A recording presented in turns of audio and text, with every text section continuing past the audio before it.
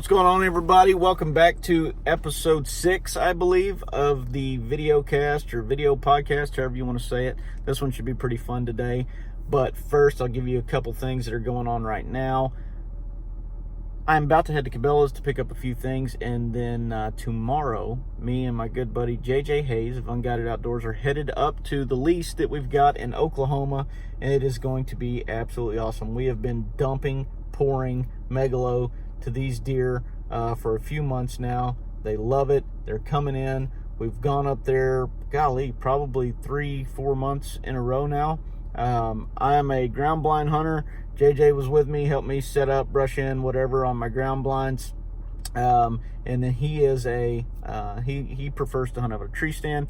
So we're going to get up there a few days early. Season doesn't start till Thursday, but we're going to go a few days early, make sure that he has his stands hung properly, however he wants them, and get in there Thursday morning and just hopefully everybody in camp takes an absolute awesome buck. We've got cameras on these things and have seen some just bangers, and also just riding around scouting with glasses, or binoculars. We've seen some great deer too. So super pumped about getting to go up there tomorrow. Hanging out with guys, being back in deer camp, the cooking, the cleaning, the storytelling, the actual getting out and hunting. Ryan Boatner will be there doing some video stuff, and he is the absolute man when it comes to videoing. And so it's fun to get to see all that put together into one, and for me to finally get to do a little hunting to where I'm not guiding somebody, right? Because that's 999 times out of 1,000 when it comes down to hunting, it's me trying to help somebody else get an animal, and there's not a whole lot of times in the year that I actually get to go out and hunt for myself, and so I'm really excited about this. Plus it'll be in Oklahoma, a different state than Texas, and it's cool to venture out a little bit and get to do that. Also, new megalo hats and new megalo shirts, all brought to you by Jeff Kneeball and In Designs. Those guys are absolutely freaking awesome. He and a lady that works there, I believe her name is Dwayna. I could be butchering that. But they're like the fastest in the business when it comes to this kind of stuff. And their prices are awesome. But anyways, told them I wanted to get some megalo stuff done. Took them like one day, half of one day, to get me a design for the hats and for the shirts. Got the order done. Extremely good pricing, and they had it. Every time they do it so fast, and then they put it with UPS. They package it all up in the boxes, put it with UPS, ship it to you. I couldn't even make it to my hunt and back before it was already. My wife was saying, "Oh, it's already at the house. It's sitting in my truck." So the service is unbelievable there. I've ordered hats from other people before. These leather patch hats with our company Blackwater. I've ordered them from other people before, and I'm talking weeks I waited for that type of stuff. So unbelievable service. Jeff Kneeball, In Designs. You can find him on Facebook. I know he's on Instagram also. I've seen him on TikTok before, and I'm sure they have a web page as well. But hats, shirts, the dude even built this freaking wallet for me. The Blackwater wallet, absolutely unbelievable. His craftsmanship's awesome. The stuff they do is awesome. His designs are amazing, and the speed that they turn it around to you for the price point that they're at, I don't think you can beat them. Anyways, last night, Kyle and I were driving back from the ranch in Carter Valley. I have been absolutely pounding the Meateater podcast lately, right? I don't know why. I've taken such a man crush on Steve Rinella, probably due to his brain, man. I would just love to sit down and pick that guy's brain at a hunting camp. He orates stuff so well, and when he's talking about hunting, it gets you excited, or fishing, it gets you excited. He mixes that in with the cooking stuff, which the whole idea of catching, cleaning, and cooking stuff is like, that's been my passion since way before YouTube was ever thought of. And so that was kind of, when I was a kid, I mean, I was shooting birds you weren't supposed to shoot with a BB gun just so I could see what they tasted like. You know what I mean? I can remember thinking that different colored birds must taste differently than other birds. And when I was a kid, I was out there just laying them out, man, to try to figure out, you know, why that bird that had this color didn't taste different than the bird that had the other color. So you can do a little imagining in your head what color birds and what type of birds I was shooting, thinking what flavors I was going to get out of those things. But nobody told me, man. I had to figure that out on my own, you know. And my granny growing up, she didn't, you know, we weren't in an area that that had a whole lot of regulation as far as somebody coming down there and fining you or slapping you on the wrist. So I kind of ran a little wild down there when I was old enough to play. And Granny didn't have any rules about, you know, what you could or couldn't shoot. It was just that you had to eat everything that you did. So I've eaten some bird species that you should not eat, and I'm telling you right now, there's just a fine reason that you shouldn't, because most of them are not very good. But over the course of the years, I learned how to prepare different stuff that was wild like that, to make it go from something different, you know, from just a piece of weird untreated meat over a fire, into some stuff that's actually pretty good, that a lot of people would be like, man, there's no way in heck I would eat that. But some of the stuff that we make is actually really good. Anyways, that's what I love so much about Steve Rinella. Also, that the dude is like a history buff, and I can listen to him all day long, because he goes into the hunting stuff, and then he'll jump into Native Americans fighting with frontiersmen, and how many bears Daniel Boone or Davy Crockett shot, and, you know, just different things that he talks about that just really piques my interest. So he's a dude that I feel like I could sit down and just sit around a campfire and talk until he was tired of me asking questions. And so I've just been really pumped into listening to his stuff lately, and I've been hammering out the Meateater podcast. So yesterday on the way back, last night on the way back, Kyle and I were listening. I believe it was the Meateater episode, which I believe that's what it's called. If not, it's the one. If it's not called the Meateater episode, it's still the same one that they talk about, like how Houdini died and stuff like that. So you guys can go on the Meateater podcast and check that out on the iTunes podcast. Anyways, like this topic says, or the title of this video says, this is a imaginary, because I'm not cool enough to ever be on the Meateater show, but an imaginary conversation with Steve Rinella about fair chase versus efficiency or ethicalness between bow and arrow hunters and rifle hunters. Or bow and arrow hunters sounded pretty novice, so archery hunters and rifle hunters, however you want to say it. I don't care. Right? He had this topic on the podcast we're listening to.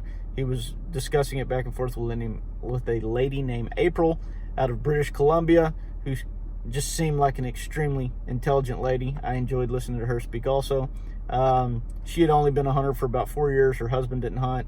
They kind of go into how she got into hunting. She was a bow hunter.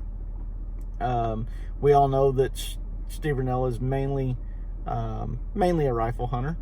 And so, you know, she said that when she first got into hunting, there was a lot of people that would tell her stuff like, yeah, I do this, I hunt, blah, blah, blah, but I'm a bow hunter, you know, in a manner of, I'm a little bit better than the other guys because I bow hunt, making her feel that bow hunting must be the superior type of hunting. It must be more ethical, it must be more efficient, whatever the, you know, thing may be. And she said she started doing some research and found out that, well, maybe not, maybe there's a gray area, at which point Steve tells her there's no gray area, right? Hunting with a rifle is more ethical and more efficient than hunting with a bow. Now, I 95% agree with Steve on that, because if you have the exact same person with the exact same skill levels shooting a rifle as he has shooting a bow, you put an animal at X amount of yards, depending on where you shoot the bow and depending on where you shoot the rifle, they're both extremely deadly and actually extremely efficient. But the stages of our history tell us that the rifle is more efficient than the bow is, right? You can make a shot with a rifle that instantly ends an animal's life, and you can do that a high percentage of time if you want to at certain distances, because of your ability to pinpoint accuracy and the basically just the hypershock of a bullet impacting, as the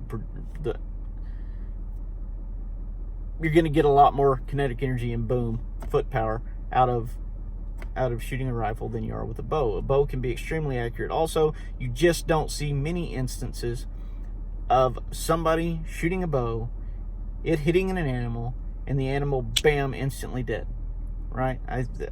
Probably one of the only instances I've seen of that is like the video that Tim Wells has on his intro of Relentless Pursuit, where he shoots the grizzly bear in the forehead with his recurve. That's probably one of the few times that I've ever seen an animal instantly drop that wasn't spined. You know what I mean? Instantly drop dead from a bow. So, if you are talking about how to efficiently, effectively, most humane, ethical kill on an animal, yes, a rifle is key. If you wanted to go even further, there are many more weapons that have been created that have advanced over the rifle by technology throughout our years that I'm sure would kill a deer even faster than a rifle, and therefore you would have to say that X is even more effective or efficient than a rifle is. If you're talking fair chase, which are two completely different topics, right? And that is something that these people that are arguing for or against bow and rifle need to get together on and realize that, guys, these are two different topics, right? The effectiveness of killing an animal, ethically putting it down instantly, and fair chase of an animal are two completely different topics. You can't couple those together because you're arguing in favor of something that the other person doesn't have a foot to stand on. When you're talking about that platform, both groups have to be debating the exact same topic, or there's no point in debating either one of the topics. So, effectiveness, being ethical, quick, clean kills, rifle wins. In my opinion, fair chase, sporting opportunity, blah, blah, blah, bow wins. I feel that you have to be able to be stealthier, better concealed, get in much closer, all the different, wind and light and noise, all the different things that can blow a hunt come into effect more when you're archery hunting. And it is a tougher tool to use. Your aim, your steadiness, how you have adjusted your equipment, the different pieces of equipment that are attached to your bow, all that. There's way more, I believe, that you can screw up shooting a bow than a rifle if you're doing them both equally.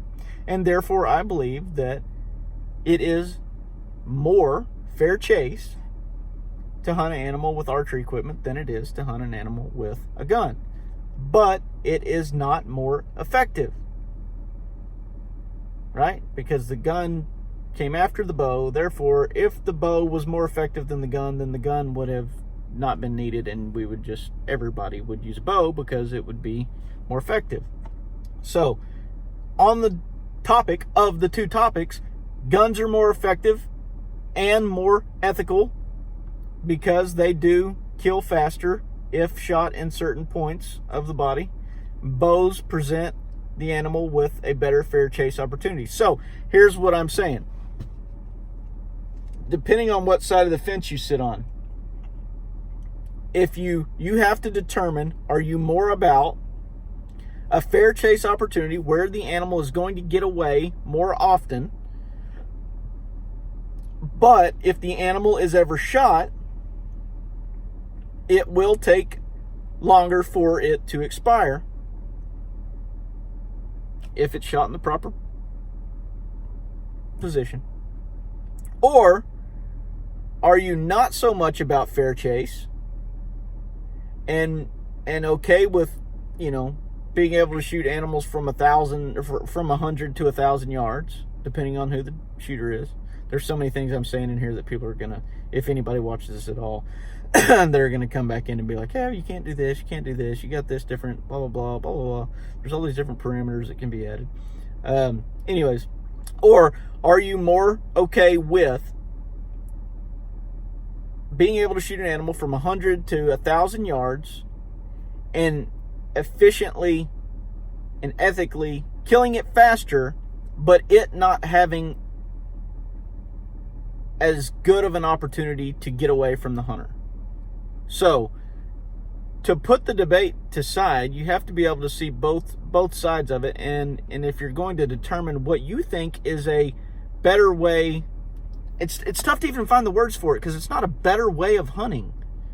Just, you have to determine if you think fair chase for the animal, a fairer chase, because rifle hunting is fair chase also, right? If you're out in public, blah, blah, blah, you're public land hunting, private land hunting, whatever it is, you're out there, you're walking, you're stalking, you're hunting with a rifle, it's fair chase, right? As long as they're not pinned up, it is fair chase. But the chase is more fair if I have a bow where at max distance 100 yards would be as far as a guy could shoot. It's more fair for the animal at that parameter than it is if I have a rifle that 1,000 yard distance is my, kill zone. And that's what you have to decide between.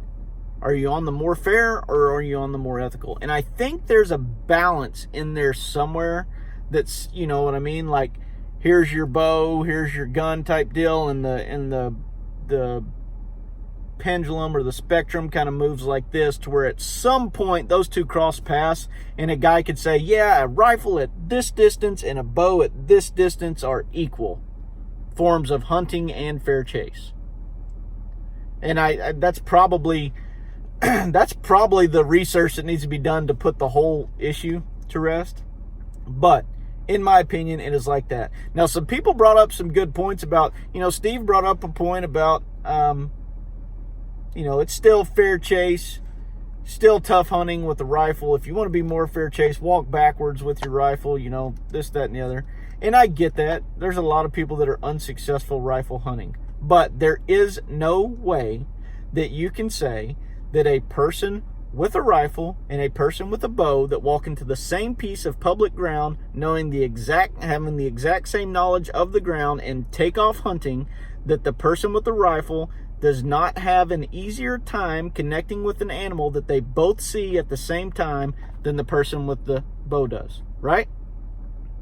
Example, me and you walk into the woods or into wherever. We're in Colorado, we're hiking, we're both hunting. I've got a bow, you've got a gun. We spot an elk, he's at 400 yards down in the valley. At this point, with your rifle, you can drop to a knee, get you a rest, and shoot and kill the bull. I've got to go 75% of the way at a minimum, more like 90% of the way before I'm able to make that shot. So, point being, it is more fair chase to hunt with a bow than it is to hunt with a rifle. However, it is, if I'm at 100 yards with a rifle and you're at 20 yards with a bow on the same type animal, I can dump the animal in its tracks like that. And if you make a perfect pass-through heart shot, your animal's going to run probably 20 yards at a minimum, do a couple spins, and expire. My rifle was more efficient at killing the animal in an ethical manner than your bow was. Your bow was plenty efficient. You only made it 20 yards and died. But the rifle was more efficient than the bow. It all comes down to how you want to hunt, how you prefer to hunt. For me, there's way more to it than that portion, and I am willing. I love to bow hunt, love to rifle hunt too, but I love to bow hunt, and call it selfish if you will, but more than selfishness, I want to be in touch with how my ancestors hunted. I have a strong connection to feeling the way my ancestors felt when they only had bows and arrows, and how they were able to stalk through the woods, and how they were able to get up on game, and that, I mean, that's, and I get it. You can shoot me down when I want. I do have a recurve too, so you can't say that I have to be traditional, because I'll go out there and shoot traditional with you also. But I like shooting my compound. I like the challenges of bow hunting. I like every detail about it. I like the fair chase portion of it. I want to be as efficient as possible while I'm doing it, but I'm willing to give up the difference of efficiency in between the bow and the rifle so that I can say I still have that in tuneness with my ancestral traits of spotting, stalking, getting in close, and flinging arrows. Because the meat is super important to me. That ancestral in tuneness is super important to me. The story's super important to me. The animal is super important to me. But if I have to drop anything in there, which I am a believer that the animals were put on earth for us to protect, manage, and harvest, kill, for our sustenance. So, I don't hate to say this, okay, because I just don't hate to say this, but I know that some people will be slightly offended or off-put by me saying this. As bad as you may think it sounds to say this, I would rather experience hunting the way I want to experience it, in the fair chase manner, and trade fair chase for efficacy, using my bow and trying to get within 20, 30, 40 yards of an animal, as opposed to taking my rifle and clean killing them at 250 to 400 yards. That's my take. That's my my theory on the entire subject. I wish that I could sit down with Steve Rinella and discuss it into more detail, because it's way easier if somebody's bouncing questions back and forth. Like, that was actually pretty tough to like think in my head, like what would be next, or what would be said next, or continue the conversation when you're talking to yourself, which is it's kind of weird to do that in the first place. So I just pretend like I'm interacting with you guys. But anyways, that's my take. I hope that you guys will drop down in the comments below and tell me what your take is on, are you for the fair chase of the archery hunting, or the effectiveness in ethicality of the rifle hunting? Or do you think I'm completely wrong on this, and it's plenty, it's more fair chase to rifle hunt than it is to bow hunt? Which I'm going to call you out on that if you say that. But drop down in the comments and let me know what you think, or what your take is on this subject. Let me know if there's anything else, any future subjects that you guys want to bounce back and forth off of each other and talk about on this channel. And stick around, because in a few short days I will probably, if I shoot straight, have a buck on the ground, and I want you guys to see the picture on the other social media accounts, like our Instagram page, which you can follow us there at Blackwater Guide Service, and we also have a Megalo Deer Feed Instagram page, and then on Facebook we have a group called Blackwater Guide Service. My name is Skylar Watkins. I am on Facebook on a personal account as well. You're more than welcome to be friends with me on there, and check out some of the pictures and food and junk like that. Instagram's usually the best way to do that. Anyways, thank you guys for listening. Drop some stuff in the comments. If you want to hear anything else, let me know. Good luck to you guys that start hunting, or have already started hunting, or get to start hunting here in the next few days. I hope y'all get a big one. We'll see you next time.